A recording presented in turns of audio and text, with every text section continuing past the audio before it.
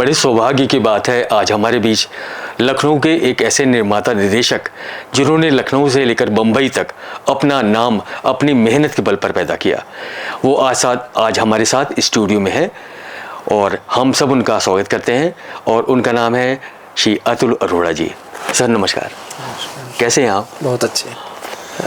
Sir हमारी बड़ी सौभाग्य की बात है कि आज हमारे बीच आप यहाँ पर आए हैं और सबसे खुशी की बात तो ये कि आप लखनऊ से हैं।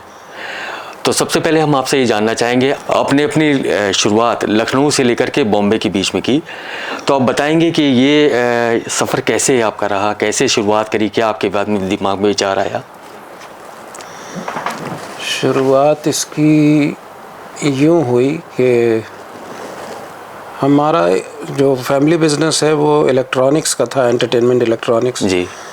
और एक तो दो घटनाएं हुई। एक यहाँ पर स्टूडियो है जहाँ पर बच्चों के प्रोग्राम बनते थे, एजुकेशनल टीवी। तो वहाँ इतिहास, भूगोल, गणित, विज्ञान, इन सब के ऊपर बच्चों के प्रोग्राम बनते थे 10 से 12 मिनट के। तो उन लोगों ने एक बार हमारे यहाँ से एक VCR ख़रीदा था जी।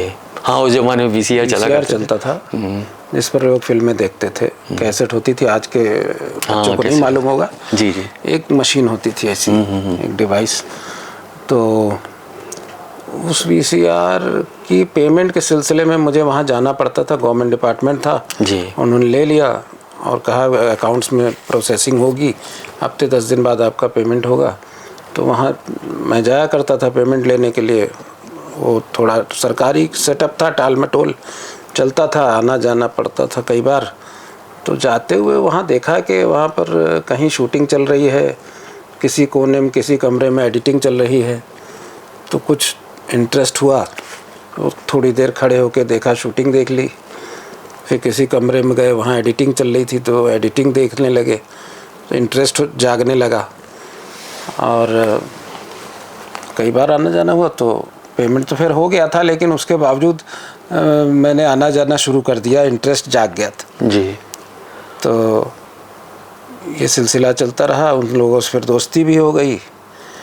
इसी बीच हमारे शॉप से एक डिपार्टमेंट ने, क्राइम ब्रांच डिपार्टमेंट था जी, उन्होंने कुछ VCP ख़रीदे, 7 VCP वीडियो कैसेट प्लेयर, और ले लिए उन्होंने। उसके बाद वहाँ के जो SP थे जो परचेजिंग के लिए आए थे, उन्होंने कहा कि हमको कोई ऐसा आदमी बताइए, हमने पिछले 10 सालों में जो केसेस सॉल्व किए हैं उसको अगर हम ड्रामेटाइज़ करें तो हमें वो बना के दे दे, हम लोग उसको अपने ट्रेनिंग में यूज़ करना चाहते हैं जी। तो चूँकि मेरा आना जाना हो चुका था एजुकेशनल टीवी में, दोस्ती भी हो गई थी कुछ लोगों से, cameraman, technician, editor, writer, director. तो मैंने कह दिया कि हाँ ठीक है, हो जाएगा, हम करते हैं। और मैंने वो जिम्मेदारी ले ली। तो उन्होंने कहा ठीक है, आप करते हैं तो आप करिए। बजट दे दिया उनको, और उन्होंने कहा हमारे ऑफिस में आइए। उन्होंने अपनी पुरानी फाइलें मुझे दे दी, जो क्रिमिनल केसेस उन्होंने सॉल्व किए थे, कि इनको स्टडी कर लीजिए, इन्हीं के ऊपर बेस करके हमें कुछ एपिसोड बना दीजिए। मैंने स्टडी कर लिया। उसके बाद फिर वहाँ जाके बताया एजुकेशनल टीवी में कि भाई ऐसे ऐसा एक काम मिला है, ये तो ये किया जा सकता है। उन्होंने कहा किया जा सकता है, बजट ये लगेगा। बजट उनको बताया तो बोले कि नहीं, इतना बजट तो नहीं है। तो वो डील तो नहीं हो पाई, लेकिन तब तक मेरा इंटरेस्ट और इसमें जाग चुका था जी। तो इंटरेस्ट इन द सेंस आपका मतलब क्राइम में था, कॉमेडी में था, ये किस में था? नहीं, वो तो क्राइम बेस्ड एक प्रोजेक्ट किसी पर्टिकुलर नहीं, ऐसा कोई पर्टिकुलर नहीं था। ये जो टीवी प्रोग्राम बनते थे वहाँ पर 12 मिनट के, अच्छा जी, उसमें इंटरेस्ट हो गया कि ये प्रोडक्शन कैसे होता है जी। मतलब वो फिल्म का ही एक एक्सटेंशन था, टेलीविज़न जी, टेलीविज़न स्टूडियो था वहाँ पर, उसमें इंटरेस्ट हो गया ओवरऑल जी। तो फिर वो देखते रहे, सीखते रहे, मन किया कि हम भी इसमें जाएंगे, तो सीखना शुरू कर दिया। अब चूँकि वो गवर्नमेंट का सेटअप था तो वो ऑफिशियली तो हमें इन्वॉल्व कर नहीं सकते थे, तो फिर हम वहाँ पर एज ए एक्टर भी काम करने लगे। जी। क्योंकि जो प्रोग्राम बनते थे उसमें एक्टर्स की ज़रूरत पड़ती थी, एक्टर बाहरी होते थे, बाकी का सारा सेटअप उनका अपना होता था, एम्प्लॉयज़ होते थे उनके। तो कभी कुछ इतिहास, भूगोल, गणित की जो फिल्में बनती थी उसमें काम करना शुरू कर दिया। 300 रुपये मिलते थे। तो ये आपने डायरेक्टर और एक्टर दोनों का सामंजस्य कैसे बैठालते थे? देखिए, एक्टिंग में शुरू में इंटरेस्ट था जी, लेकिन फिर वहीं पे उठते बैठते मैंने मेरा इंटरेस्ट देखा कि एक्टिंग में बहुत स्ट्रगल है और कभी कभी काम मिलता है जी। और डायरेक्टर पीछे पीछे लोग आए घूमा करते थे, ये सर एक रोल, सर कभी एक मौका। तो हमें लगा ये हमसे नहीं होगा जी। ये रोज़ रोज़ की रिक्वेस्ट पीछे पीछे घूमना, जाके बैठे रहना कि कब शूट है, कब क्या हो रहा है, एक रोल दे दीजिए छोटा सा। एक तो ये हमसे नहीं होगा और दूसरे हमने वहाँ पे देखा डायरेक्टर का जलवा कुछ अलग था। डायरेक्टर एक आदमी जो है वो 20-25 लोगों को नचा रहा है और वो जैसा कह रहा है वैसा हो रहा है। जी। कुछ क्रिएटिविटी भी है उसकी ठीक लगी हमें और कुछ माहौल। हमने कहा नहीं, एक्टिंग नहीं, हम डायरेक्शन करेंगे। तो डिसाइड कर लिया। तो इस डायरेक्शन करने में आपके साथ किसी और ने साथ दिया आपका या अकेले? नहीं, साथ कौन देता। डिसाइड किया। हाँ, उसके बाद ये हुआ कि उसी डिपार्टमेंट में कुछ टाइम बाद एक रिक्वायरमेंट निकाली गई कि हमको बाहरी कुछ डायरेक्टरों को एम्पैनल करना है। जी। तो एम्पैनलमेंट शुरू हुआ। तो हमारी तो ऑलरेडी अंदर जान पहचान थी, हम भी एम्पैनल हो गए उसमें एज ए डायरेक्टर। तो वहाँ के कुछ शोज़, कुछ प्रोग्राम हमने बनाए। इतिहास पर एक मिला था हमें, डलहौजी की हड़प नीति। जी। एक उसमें हमने पूरा डलहौजी की मीटिंगें दिखाई, आउटडोर शूटिंग, इंडोर शूटिंग, कैसे ब्रिटिश पीरियड का ड्रामा क्रिएट किया। तो आउटडोर शूटिंग के लिए आप जम्मू कश्मीर वगैरह भी गए? नहीं। हाँ। वो तो इधर का ही सब लखनऊ में ही करते थे सब। तो हमें एक वैन मिलती थी, शूटिंग वैन। वो सेटअप बनाते थे जम्मू, इक्विपमेंट वगैरह सब कुछ मिलता था वहाँ से। जी। तो किया, वो सब टेलीकास्ट हो गया, अच्छा रहा, काम पसंद किया गया। इसके साथ साथ फिर हमने देखा कि कुछ गवर्नमेंट डिपार्टमेंट भी डॉक्यूमेंट्रीज़ बनवाते हैं। तो गवर्नमेंट की फ़िल्मों में इंटरेस्ट लेना शुरू किया। तो गवर्नमेंट की बनाई डॉक्यूमेंट्रीज़ अलग अलग डिपार्टमेंट्स की, परिवार कल्याण विभाग, पशुपालन विभाग, पर्यावरण विभाग, महिला एवं बाल विकास, NGOs वगैरह की। वो अवेयरनेस वाली सोशल मैसेजेस भी कहते हैं जिन्हें। तो वो पल्स पोलियो अभियान, ये सब मिले, बनाए। तो हम सोचा इसी से शुरुआत करते हैं, फिर आगे देखा जाएगा। हाँ, दिमाग में था कि हमें अब इसके बाद फीचर फिल्म करनी है। तो फीचर फिल्म बड़ी चीज़ है। तो पता था डायरेक्ट तो पहुंच नहीं जाएंगे, और फीचर फिल्म का जो मेन मार्केट है वो मुंबई है। तो सोचा कि इससे शुरुआत करते हैं, थोड़ा सा रिहर्सल डॉक्यूमेंट्री पे करते हैं, फाइनल जाके फीचर फिल्म पे करेंगे। तो इस तरह से शुरुआत हुई। फिर डॉक्यूमेंट्रीज़ बनाते बनाते देखा कि डॉक्यूमेंट्री से कैरियर नहीं बनाया जा सकता जी, क्योंकि इतनी क्वांटिटी नहीं मिलती है यहाँ पर। साल की 3-4 फिल्में मिल रही थी, तो उससे क्या होगा, कोई भला नहीं होने वाला। तो फिर सोचा कि वहीं चलते हैं जहाँ अपनी मंजिल है, हिंदी सिनेमा। तो वहाँ पहुँचने से पहले आपको काफ़ी संघर्ष भी करना पड़ा होगा? पहुँचने से पहले का वही संघर्ष था कि साल की 3 डॉक्यूमेंट्री 4 डॉक्यूमेंट्री से काम चला रहे थे जी। और तो अपने आप में वही एक संघर्ष था जी। फिर निकल लिए मुंबई जी। थोड़ा ये था जरूर मन में कि वहाँ पर हमारा कोई नहीं है जी, किसी तो को नहीं जानते हैं, क्या होगा कैसे होगा थोड़ा था। लेकिन फिर सोचा क्या होगा कैसे होगा से क्या होगा, पहले निकलो, जो होगा वो होगा, वहाँ पहुँच के देखेंगे। पहले से मतलब वो जैसे अमिताभ बच्चन साहब ने एक फिल्म में कहा था, खुदा गवाह, कि सोच गहरी हो तो हौसले कमज़ोर हो जाते हैं। तो ज़्यादा सोचोगे तो फिर कुछ नहीं कर पाओगे। बिल्कुल सही कहा। पहला कदम तो बढ़ाओ मंजिल की तरफ, तो पहुंचना तो है ही है, इन पहला कदम तो बढ़ाओ। तो पहुंच गए। पहुंचने के बाद सब मार्केट को समझा, मार्केट क्या है। लखनऊ में रह करके हम थे या आज भी लखनऊ वाले हैं या किसी भी छोटे शहर के लोग हैं, वो अंदाज़ा लगाया करते हैं। बिल्कुल सही कि ऐसा होता होगा, वैसा होता होगा। उससे कुछ नहीं होता है, वैसा कुछ नहीं होता है। जो होता है वो वहाँ पहुँचने के बाद ही पता चलता है जी। तो वहाँ पहुँचने के बाद सीखा समझा कि फिल्मों में काम होता कैसे। कोई निर्माता निर्देशक जाने पहचाने आपके संपर्क में आए? थोड़ा बहुत मैंने शुरुआत फीचर फिल्म की, ये तो डॉक्यूमेंट्री का किस्सा हुआ। फीचर फिल्म में जब एंट्री ली तो गदर 1 की शूटिंग यहाँ हो रही थी लखनऊ में जी। तो वो उसमें हम इन्वॉल्व हो गए थे। ये बात होगी 2000, ये 99-2000 की बात है जी। एक शेड्यूल 99 में हुआ था, दूसरा 2000 में हुआ था जी। थोड़े गैप के बाद। तो उसमें अनिल शर्मा के साथ में थोड़ा सा असिस्ट किया था और प्रोडक्शन में इन्वॉल्वमेंट हो रहा, तो उससे थोड़ा सी फीचर फिल्म वाला काम सीखने को मिला। उससे पहले डॉक्यूमेंट्री का एक दौर गुजर गया, ठीक है।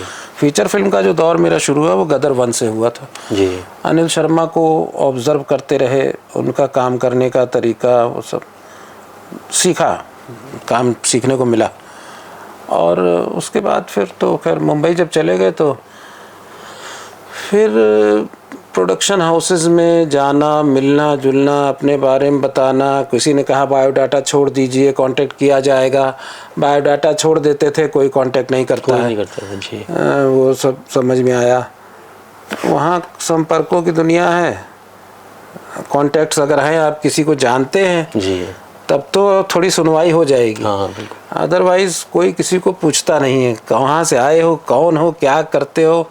किसी को कोई लेना देना नहीं है, किसी को कोई सिंपैथी नहीं है। कभी कभार बाई चांस की बात अलग है कि किसी को आप अच्छे लगे कि भाई बंदा टैलेंटेड लग रहा है, चलो इसको कोई काम दे के देखते हैं, तो अलग बात है। अदरवाइज़ कोई किसी को पूछता नहीं है। बड़ा संघर्ष है, अपने आप को प्रूव करना पड़ता है और प्रूव तभी कर पाता है आदमी जब लगा रहता है। बिल्कुल सर, डेडिकेशन बहुत ज़रूरी है। हाँ, अगर कोई साल 6 महीने में कई लोग हिम्मत हार जाते हैं जी, वापस आ जाते हैं, तो उनका तो कुछ नहीं हो सकता। वहाँ पे आपको स्ट्रगल को थोड़ा सा पॉजिटिव बनाने के लिए कितना समय लगा? स्ट्रगल को पॉजिटिव बनाने में मुझे लगे 7 साल। 7 साल यानी सन 2000 से लेकर 2007 तक? नहीं, 2000 में नहीं गए थे हम जी। 2000 से लेकर 2009 तक तो हम यहीं पर डॉक्यूमेंट्रीज ही बना रहे थे। हम गए थे 9 में जी, 9 के सेकंड 2016 तक। हाँ, तो हाँ 16 में मुझे पहली फिल्म मिली। 9 से लेके 16 तक सिर्फ मीटिंगें करते रहे जी। तो आपके उसमें आय के स्रोत, अर्निंग सोर्सेस क्या होते थे उस समय आपके? अर्निंग सोर्स तो मेरे एक रेंटल इनकम आती थी जी, मुंबई में। आज भी आती है। नहीं, लखनऊ से। अच्छा जी। तो लखनऊ से अकाउंट में चला जाता था, वहाँ यूज़ करते थे जी। तो उससे थोड़ा सपोर्ट थी। बाकी इंडस्ट्री से तो कोई ख़ास नहीं, छोटा मोटा कोई काम मिला तो कर लिया, किसी को असिस्ट कर लिया, या कहीं एक्टिंग भी कभी कभी कर लेते थे जी, जब आती थी कोई सामने से। उसके लिए हमने स्ट्रगल नहीं की। कभी कभी अपने आप ऑफ़र आ जाते थे। मेरा काम लोगों ने पसंद किया वैसे एक्टिंग जब मैंने की, तो जिनको मालूम था वो कभी कभी बुला लेते थे और ये कहते थे कि आप बहुत अच्छे एक्टर हैं। लेकिन मैंने उस पर ज़्यादा ध्यान नहीं दिया क्योंकि मुझे एक्टर बनना नहीं था। डिसाइड कर लिया था डायरेक्शन में ही रहना है, तो लगे रहे। मीटिंगों का दौर जैसा कि मैंने बताया 6 साल तक, 7 साल तक चलता रहा। अब मीटिंगें होती थी, नाकाम हो जाती थी। मीटिंगें होती थी, कई बार लगता था कामयाब हो गई, फिर नाकाम हो जाती। कई बार ऐसा भी हुआ कि कल आपकी साइनिंग है, हम तैयार व्यार होकर पहुंच गए और फिर उसमें कोई ना कोई किंतु परंतु निकल आता था। जिनके बाप डायरेक्टर थे या एक्टर थे, उनको थोड़ा सा कम संघर्ष करना पड़ता है, लेकिन करना उनको भी पड़ता है जी। और प्रूफ तो करना ही है। हाँ, और क्या, टैलेंट होगा तभी कुछ होगा, अदरवाइज तो बहुत सारे उदाहरण हैं, नाम लेना मुनासिब नहीं है, कि जिनके एक्टर और डायरेक्टर के बेटे बेटियां भी सक्सेस नहीं हो पाए बहुत से जी, और बाहरी लोग आकर के कामयाब हुए हैं। तो ऐसे ही चलता रहा सिलसिला और जाकर के 2016 में पहली फिल्म मुझे मिली और एक प्रोड्यूसर थे मेरा नाम रिकमेंड किया था एक एक्टर ने जो मराठी फिल्मों का हीरो था। अच्छा। उससे मेरी थोड़ी दोस्ती हो गई थी। तो प्रोड्यूसर और वो एक्टर हीरो पहले एक फिल्म कर चुके थे मराठी जी। दोनों मराठी इंडस्ट्री से थे। इस बार वो जो हीरो था वो हिंदी फिल्म करना चाह रहा था, तो प्रोड्यूसर ने उसको मराठी का ऑफ़र दिया। वो बोला इस बार हिंदी बनाइए जी। तो प्रोड्यूसर बोले कि हिंदी का बजट बहुत ज़्यादा होता है, इतना बजट हमारा नहीं है। तो वो खुद बता रहा था हीरो जो है, कहने लगा, मैंने कहा उनसे कि आप हिंदी बनाइए, बजट वही रखिए मराठी वाला, लैंग्वेज हिंदी कर दीजिए। अच्छा। तो प्रोड्यूसर तैयार हो गया। उसने कहा ठीक है डायरेक्टर, तो उसने कहा डायरेक्टर एक मेरी नज़र में है। तो उसने मेरा नाम रिकमेंड किया। तो उन्होंने कहा कि मिलवाओ, अगर मुझे जमा तो मैं साइन करूँगा उसको। तो एक मीटिंग तय हुई और मैं एक क्लब का मेंबर हूँ, वहाँ पे मैंने वहीं पे बुला लिया था उनको। तो वहाँ पर वो एक चाय पी हम लोगों ने, और चाय ख़त्म होते होते उन्होंने कहा ठीक है आप मेरी फ़िल्म डायरेक्ट करेंगे। और अगले ही दिन एग्रीमेंट वगैरह हो गया और वो फिल्म मैंने की, डायरेक्ट की, कंप्लीट है वो। और वो सेंसर हो चुकी है, उसका ट्रेलर आ गया है। और रिलीज़ में थोड़ा टाइम लग रहा है, पता नहीं क्यों लग रहा है, क्योंकि सेंसर होने के बाद डायरेक्टर का काम तो ख़त्म हो जाता है, अब वो प्रोड्यूसर का काम है रिलीज़ करना जी। और वो जब भी रिलीज़ करेंगे जल्दी ही करेंगे। वो एक जो मेरे प्रोड्यूसर हैं वो एक किसान हैं जी, बड़े किसान हैं, तो वो अपने कुछ खेती बाड़ी में बिज़ी हैं, वहाँ से वक्त निकालेंगे। लातूर के रहने वाले हैं। अच्छा जी। और उनको मुंबई आना होगा, कुछ दिन रहना होगा, क्योंकि रिलीज़ में बहुत काम होता है जी। रिलीज़ एक टफ प्रोसेस है, तो थोड़ा टाइम देंगे तभी होगा, अभी वो टाइम निकाल नहीं पा रहे। तो खैर वो रिलीज़ हो जाएगी। वो तो एक छोटी फिल्म थी 1.25 करोड़ की जी। अब जो अगला टारगेट है, वैसे मैं तो शुरू से ही बड़ी फिल्म करना चाहता था जी। मेरा जो रहा है वो बड़ी फिल्म करने का रहा है, लेकिन मुझे सबने समझाया, जो इंडस्ट्री के दिग्गज थे, पुराने तजुर्बेकार लोग, कि भैया तुम सीधी बड़ी फिल्म सीधा नहीं कर सकते जी, जब तक कोई अनुभव भी नहीं। बड़ा नहीं, अनुभव तो था जी। होगा अनुभव, लेकिन तुम्हारे ऊपर कोई विश्वास नहीं करेगा, कोई तुम्हें नहीं करने देगा। एक्टर कोई बड़ा तैयार नहीं होगा जब तक एक छोटी फिल्म नहीं कर लोगे। ये इंडस्ट्री का उसूल है। जी। किसी भी बड़े एक्टर के पास जाओगे वो पूछेगा पहले क्या किया है, और एक छोटी फिल्म करके आ जाओ, उसके बाद मैं आपके साथ काम करूँगा। और वही हुआ। हमने बड़े बड़े एक्टरों को अप्रोच किया, सब जगह से उनके सेक्रेटरी, उनके मैनेजर या वो खुद, सबका यही रिस्पांस मिला कि पहले एक छोटी फिल्म कर लीजिए कोई जी। उसके बाद मैं करूँगा आपके साथ काम। तो हो गई है छोटी फिल्म, जी। कंप्लीट है, रिलीज़ भी हो जाएगी। अब इसके बाद बड़ी की तैयारी शुरू हो चुकी है और बहुत मेहनत की इस छोटी और बड़ी के बीच में। तो ये आपका जो बताना चाह रही है 2016 से 2024 के बीच का। जी जी। इस बीच फिर दूसरा संघर्ष शुरू हुआ। एक फिल्म तो हो गई, कहते हैं पहली फिल्म बहुत नाच नचाती है, मुझे भी नचाया, बड़ी मुश्किल से मिली और तैयार हो गई। उसके बाद जब पहली के बाद जब दूसरी यानी बड़ी, अब बड़ी फिल्म करनी है। वो जो लोगों ने कहा था ना एक छोटी कर लो, एक छोटी हो गई, अब बड़ी करनी है। बड़ी के लिए, उसके लिए अलग किस्म का संघर्ष, बहुत ज़बरदस्त संघर्ष, क्योंकि बड़े वाले जो हैं उनके जो मैनेजर और ये सब होते हैं सेक्रेटरी, ये बॉम्बे में कहावत है, चाय से ज़्यादा केतली गरम। तो स्टार इतना नखरे नहीं करता जितना कि उनका जो अगल बगल के जो स्टाफ है वो वहाँ तक उन तक पहुँचने ही नहीं देता। अच्छा। बहुत टफ एक ऐसा माहौल क्रिएट कर देते हैं। सर बहुत बिजी है, सर के पास 2026 तक तो डेट ही नहीं है, 2027 की बात करिए, मॉरल तोड़ते रहते हैं। वो सिर्फ ऊपर ऊपर रहते हैं, जैसे यशराज, धर्मा प्रोडक्शंस, करण जौहर, साजिद नाडियाडवाला, रोहित शेट्टी, संजय लीला बंसल, वो चाहते हैं बस ऊपर ही ऊपर रहे, नीचे आने की ज़रूरत क्या है। तो अब हमारे जैसे जब अप्रोच करते हैं तो 10 बहाने करते हैं, लेकिन हम भी जिद्दी हैं, लगे हैं उनको समझाने में, कन्विंस करने में, इम्प्रेस करने में। हाँ, ये ज़रूर है कि किसी दिन अगर हमने उन्हें अप्रोच कर लिया, टाइम ले लिया और ऐसा सब्जेक्ट सुना दिया कि उनको भा गया, तो कर लेते हैं।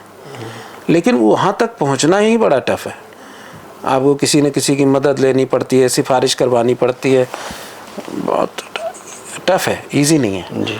फिर किसी भी जुगाड़ से आप वहाँ तक पहुँच गए, उनके साथ बैठ गए, कुछ सब्जेक्ट सुनाया, सब्जेक्ट टच कर गया, हाँ, तो कहेंगे हाँ सब्जेक्ट तो अच्छा लग रहा है, किया जा सकता है, तो प्रोड्यूसर कौन है।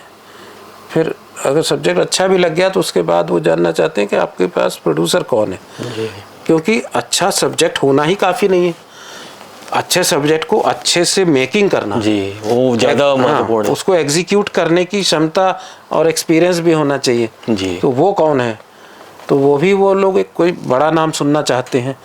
एक अच्छा सब्जेक्ट लाइए, आपका डायरेक्टर के तौर पर आपका विज़न बहुत क्लियर होना चाहिए, फंडे क्लियर होने चाहिए, उसके बाद आपके पीछे आपको सपोर्ट में एक बड़ा प्रोड्यूसर होना चाहिए जिसका अच्छा ट्रैक रिकॉर्ड हो, उसका भी विज़न अच्छा हो और एक्सपीरियंस हो, जिससे कि वो आपके विज़न को एग्जीक्यूट करने में आपके साथ खड़ा हो सके। डायरेक्टर को एक सपोर्ट चाहिए होती है प्रोड्यूसर की, कि हमने जो जो सोचा है उसको एग्जीक्यूट करने के लिए जो माहौल चाहिए, जो इक्विपमेंट चाहिए, जो इंफ्रास्ट्रक्चर चाहिए, जो मैन पावर चाहिए, वो सब वो प्रोवाइड करना प्रोड्यूसर का काम है जी। तो वो हमें प्रोवाइड करे, तभी हम ठीक से खेल पाएंगे जो हमने सेटअप सोचा है जी। तो आपको इस दौरान कोई बड़ा सेलिब्रिटी और आपके संपर्क में आए होंगे कई डायरेक्टर वगैरह आपके? हाँ, जो आपको पर्सनली आपसे मतलब बातचीत करते हो, ऐसा कभी हुआ? संपर्क में आते रहते हैं लोग, लेकिन हम तो उनसे ही मिलते हैं जिनसे हमें काम पड़ता है जी। अब ऐसे बाई चांस कोई मिल जाए तो छोटे मोटे इंटरेक्शन होते रहते हैं, उन्होंने हमसे कुछ सीखा, हमने उनसे कुछ सीखा। अच्छा, एक चीज़ आपसे और पूछना चाहेंगे, वो ये पूछना चाहेंगे इन 2016 से लेकर 24 के बीच में कभी कोई ऐसा वाक़या हुआ जो आपको आज तक याद आता हो कि ऐसा कोई घटना हुई हो? ऐसी कोई पर्टिकुलर घटना तो नहीं है, मतलब वहाँ पे आप गए हों, कोई ऐसी घटना हुई जो आपको आज तक दिमाग में आपके ज़हन में घूमती रहती है? एक फिल्म थी जो हम करने जा रहे थे, सब कुछ मीटिंगें हो गई, फाइनल हो गया, और जैसा कि मैंने कहा कि साइनिंग होते होते रह जाती थी। जिस दिन मेरी साइनिंग थी, और हमारे प्रोड्यूसर थे अमित शाह जी, जो आज गृह मंत्री हैं। अच्छा। उस समय वो भाजपा के कार्यकर्ता हुआ करते थे जी। कोई बहुत बड़े कार्यकर्ता भी नहीं थे जी, तब की बात है। और जिस दिन हमारी साइनिंग होनी थी, वो मुंबई आए, एयरपोर्ट पे उतरे और वहीं गिरफ्तार कर लिए गए। अच्छा। तो बड़ा हम लोगों को झटका लगा यार, कि बड़े दिन बाद एक फिल्म फाइनल हुई थी, आज मेरी साइनिंग थी दोपहर में, और उसी दोपहर में जी वो एयरपोर्ट पे लैंड होते ही गिरफ्तार करके वापस ले जाएंगे दूसरी फ्लाइट से जी। मतलब आपका सारा मेरा प्रोड्यूसर वापस चला गया। अच्छा, इसमें एक चीज़ और आ रही होगी, जैसे आप वहाँ पर संघर्ष कर रहे होंगे, इस दौरान परिवार से आपका संपर्क पूरी तरह से जुड़ा हुआ था या उसमें कुछ? नहीं, परिवार से ज़्यादा मतलब नहीं रहा जी। उसकी वजह ये रही कि परिवार चाहता नहीं था कि मैं इस फील्ड में जाऊं जी। तो इस बात को अभी वो विरोध अब आज भी है? वो धीरे धीरे वो ख़त्म हो रहा है। तो वो सब लोग लखनऊ में रहते हैं आपके साथ या मुंबई में? लखनऊ में भी रहते हैं, और नहीं, मुंबई में कोई नहीं है जी। मैं अकेले रहता हूँ जी। तो आना जाना रहता है। वो शुरू का जो दौर था वो घर वाले नहीं चाहते थे, क्योंकि फैमिली बिजनेस हमारा जो था अच्छा खासा चल रहा था जी। वो चाहते थे अच्छा खासा चल रहा है तो इसी को चलाओ जी। क्या ज़रूरत है एक नए फील्ड में एंटर करोगे, मेहनत करोगे, स्ट्रगल करोगे, एक अलग शहर में जाके जी नए सिरे से रहना, खाना, जगह बनाना, और ये चला आया है जी। फैमिली बिजनेस चल रहा था। अच्छा, एक चीज़ और, जैसे आपने गदर मूवी पे थोड़ा बहुत आपने यहाँ पर फोकस किया, तो क्या अभी आपके दिमाग में आता है कि मैं लखनऊ का रहने वाला हूँ, ये लखनऊ की पृष्ठभूमि को लेके कुछ ऐसी फिल्म बनाऊं, ऐसा कुछ आपके दिमाग में आता है कि यहाँ की विचारधारा, यहाँ के जो कल्चर, उसको ऊपर उठाने के लिए कुछ फिल्म ऐसा बनाए, ऐसा कुछ आपके दिमाग में आता है? खाली कल्चर को उठाने से कुछ नहीं होगा, क्योंकि जैसा कि एक फिल्म में डायलॉग था ना कि फिल्में सिर्फ 3 वजह से चलती हैं, एंटरटेनमेंट, एंटरटेनमेंट, एंटरटेनमेंट। जी। तो अगर हम खाली कल्चर, सभ्यता, संस्कृति की बातें करेंगे तो कोई नहीं आएगा जी, क्योंकि आदमी पिक्चर हॉल में आता है एंटरटेनमेंट के लिए। मतलब आपका कहने का मतलब है जो पुरानी जनरेशन है और आज की जनरेशन है, उसकी सोच में फ़र्क आ गया है? नहीं, सोच की बात जो है वो नई पुरानी दोनों पे लागू होती है। मैं ये कहने जा रहा था कि कल्चर, सभ्यता, संस्कृति के साथ साथ उस फिल्म के अंदर एंटरटेनमेंट होना बहुत ज़रूरी है जी, क्योंकि सभ्यता, संस्कृति का ज्ञान हम किताबों में भी जाके ले सकते हैं। बिल्कुल सही। उसके लिए पिक्चर हॉल आना ज़रूरी नहीं है। जो पिक्चर हॉल में आता है टिकट खरीद के, तो वो एंटरटेनमेंट की उम्मीद रखता है जी, उसको एंटरटेनमेंट मिलना ही चाहिए। अच्छा, आपने एंटरटेनमेंट की बात, बैकग्राउंड में हम उसको रख सकते हैं, सभ्यता संस्कृति को एक बहाने से एक बैकग्राउंड में रख सकते हैं, लेकिन उसको एंटरटेनमेंट तो चाहिए। तो एक कसी हुई कहानी वो तो चाहिए। अच्छा, एंटरटेनमेंट की बात की तो आपने देखा होगा आजकल आजकल का एंटरटेनमेंट जो फिल्मों में दिखाते हैं और पहले का, उसमें बहुत फ़र्क है। लोग पहले के एंटरटेनमेंट को ज़्यादा, आजकल के एंटरटेनमेंट को हीरो ही करने लगा है। तो वो बेहतर था कि ये बेहतर है? बात बेहतर और उसकी नहीं है जी, समय समय की बात है। लोगों का जो टेस्ट है वो बदलता रहता है जी, और हर 10-12 साल में ऐसा देखा गया कि ऑडियंस का टेस्ट बदलता है। जी, तो टेस्ट बदल रहा है और उसके पीछे कई कारण होते हैं, सामाजिक कारण ज़्यादा होते हैं। तो जैसे समाज में सामाजिक परिवर्तन होता है जी, उसी तरह से सिनेमा में भी परिवर्तन होता है और उसका कारक संभवतः सामाजिक परिवर्तन ही है। जब सामाजिक परिवर्तन होता है और सिनेमा समाज का आईना है तो उसमें भी परिवर्तन होगा। तो परिवर्तन तो प्रकृति का शाश्वत नियम है जी, तो वो तो होता ही रहता है, होता ही रहेगा जी। अब 1980 में फिल्में आती थी कि वो रंजीत ने या अजीत ने हीरो को बांध दिया खंबे से और उसके बाद उसने कहा इसकी गर्लफ्रेंड को ले आओ, इसकी माँ को ले आओ, अब इसको ब्लैकमेल करेंगे। तो वो आज अगर कोई दिखाए तो बड़ा हास्यास्पद लगेगा जी, लेकिन उस वक्त हम लोगों को ठीक लगता था जी, क्योंकि उस समय का सिनेमा वैसा ही था, ऑडियंस की सोच वैसी थी जी, और थोड़ा हम लोग उतना पहले से मैच्योर भी हुए हैं जी, अब उटपटांग चीज़ें तो नहीं चलती हैं जी। अब सिनेमा पहले से काफ़ी नेचुरल, काफ़ी रियलिस्टिक हुआ है, ये तो है। और कुछ कमियां भी हैं, कुछ अच्छाइयां भी हैं।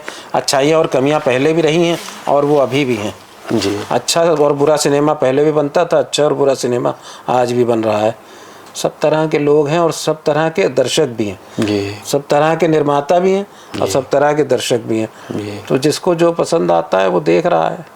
अच्छा, फिल्मों के लिए एक चीज़ और आप बताएंगे, ये जो प्रोड्यूसर होता है वो या डायरेक्टर, ये बजट के लिए कौन ऑथराइज होता है? बजट बनाता तो डायरेक्टर है जी, और बजट उपलब्ध कराता है प्रोड्यूसर। तो इसके लिए फाइनेंसर भी ढूंढना बड़ा कठिन काम होता होगा जी? हाँ, फाइनेंसर कठिन और आसान तो अलग अलग केस में अलग अलग होता है।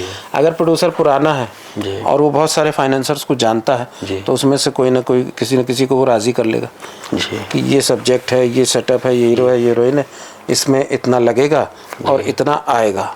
एक अनुमानित रिकवरी बनाई जाती है कि ये कॉस्ट ऑफ प्रोडक्शन है और ये एक्सपेक्टेड रिकवरी है। अगर तुम लगाना चाहते हो तो लगाओ, जिसको समझ में आता है वो लगाता है जी। तो कई लोग अच्छा समझते हैं कि प्रोड्यूसर जो है वो पैसा लगाता है जी, ऐसा कोई ज़रूरी नहीं है। मैं आपके मंच से दर्शकों का ये भ्रम दूर करना चाहता हूँ कि निर्माता जो है वो पैसे लगाता है। निर्माता उसका नाम है, निर्माता वो होता है जो निर्माण करता है जी। ये ज़रूरी नहीं कि पैसे भी वही लगाए, पैसे फाइनेंसर के हो सकते हैं जी, ये और उसके भी हो सकते हैं। अगर उसके पास हैं तो लगा दे, नहीं है तो उसके लिए फाइनेंसर बहुत है जी। अगर उसका ट्रैक रिकॉर्ड अच्छा है तो उसको 10 लोग मिलेंगे जो कि उसके लिए फाइनेंस लगा देंगे। उसका एक एग्रीमेंट होता है कि मैं इतना पैसा आपके लगा रहा हूँ आपके साथ और आप 18 महीने का एक एग्रीमेंट होता है।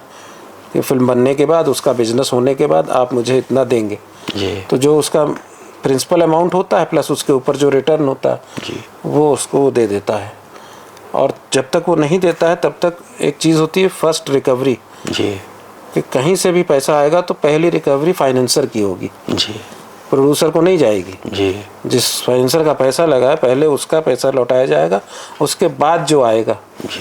जो पैसा लगा है प्लस उसके ऊपर जो रिटर्न तय हुआ है वो उसको जब मिल जाएगा उसके बाद जो आएगा वो प्रोड्यूसर। ये लॉस की कंडीशन में आप बता रहे हैं ना? नहीं नहीं जी, नॉर्मल कंडीशन में। अच्छा।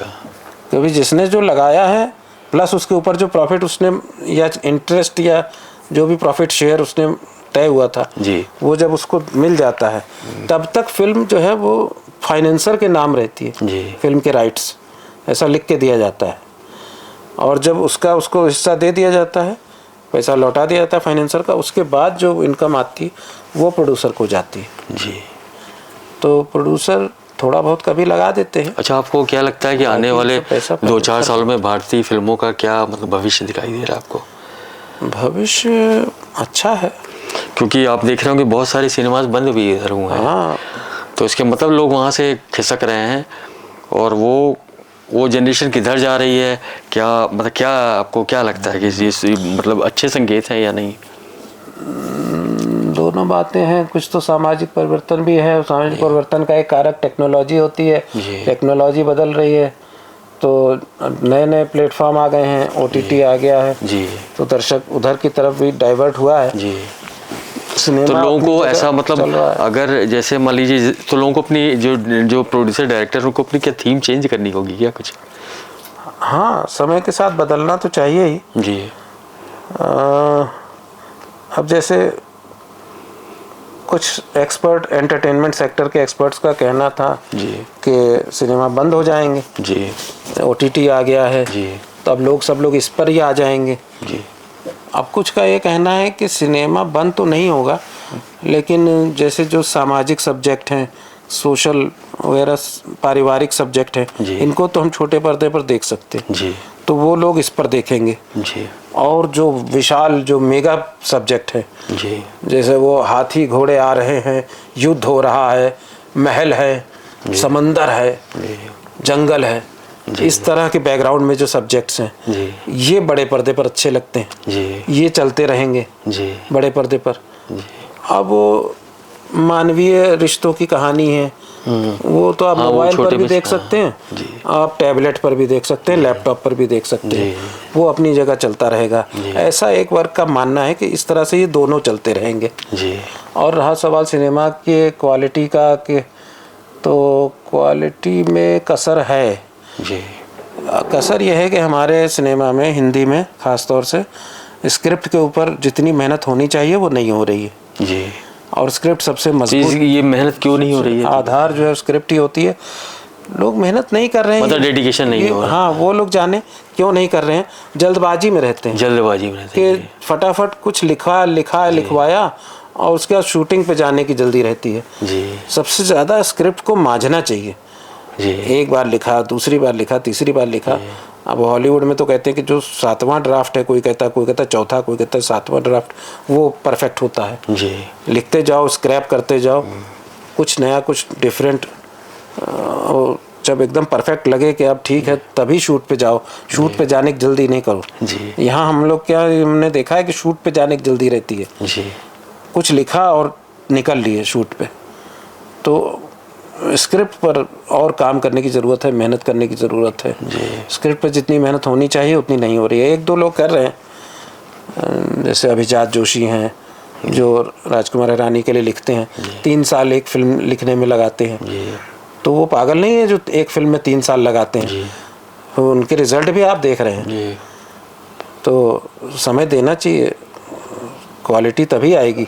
अच्छा, एक चीज़ आपने और देखी कि फिल्मों में जो संगीत का दौर चल रहा है वो काफ़ी चिंताजनक है, वो बात अब नहीं दिखाई देती, तो इसमें कुछ आपको लगता है कुछ सुधार की ज़रूरत है? उसमें भी यही है कि डेडिकेशन चाहिए, टाइम देना चाहिए, इन्वॉल्वमेंट चाहिए।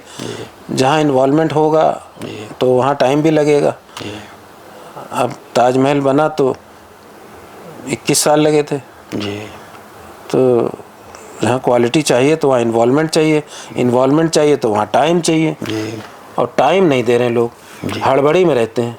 तो क्वालिटी में मतलब हड़बड़ी का और क्वालिटी का आपस में कोई रिलेशन नहीं, हड़बड़ी में गड़बड़ी होती। जी बिल्कुल सही कहा आपने। तो इन्वॉल्वमेंट चाहिए, क्वालिटी दे चाहिए, तो कुछ लोग अभी तो क्वालिटी वर्क कर। अब आप ये बताएंगे, जैसे आपने बताया कि हमारी फिल्म एक लॉन्च होने वाली है, इसके आगे अपना भविष्य आप क्या देखते हैं? इसके आगे अब टारगेट है बड़ी फिल्मों का, जी, बड़े बजट की फिल्में और अच्छे सब्जेक्ट्स, कुछ सामाजिक जी, मैं चाहता हूँ करना, जी, जिसकी तैयारी चल रही है। जी, और मैं बहुत जल्द वरुण धवन को एक कहानी सुनाने जा रहा हूँ, जी, और एक कार्तिक आर्यन को। जी, कार्तिक आर्यन अभी कल ही फॉरेन से लौटा है, जी, एक शूट करके, जी, और अब वो अगले हफ्ते पहुँच रहा है जयपुर। जी, जयपुर और जोधपुर भूल भुलैया 4 का शूट है। अच्छा, वहाँ पर 1 महीना वो वहीं रहेगा। उसी दौरान मुझसे कोऑर्डिनेट हुआ है जी, कि वहाँ पर जाकर उसको सब्जेक्ट सुनाना है, जी, और उसको एक फ़िल्म के लिए साइन करना है, जिसके लिए मेरे प्रोड्यूसर रेडी हैं, फाइनेंस रेडी है, सब कुछ रेडी है। जी, बस वो हाँ करे कि हाँ मुझे सब्जेक्ट पसंद है, हम उसको फ़ौरन साइन करेंगे और फिल्म अनाउंस कर देंगे।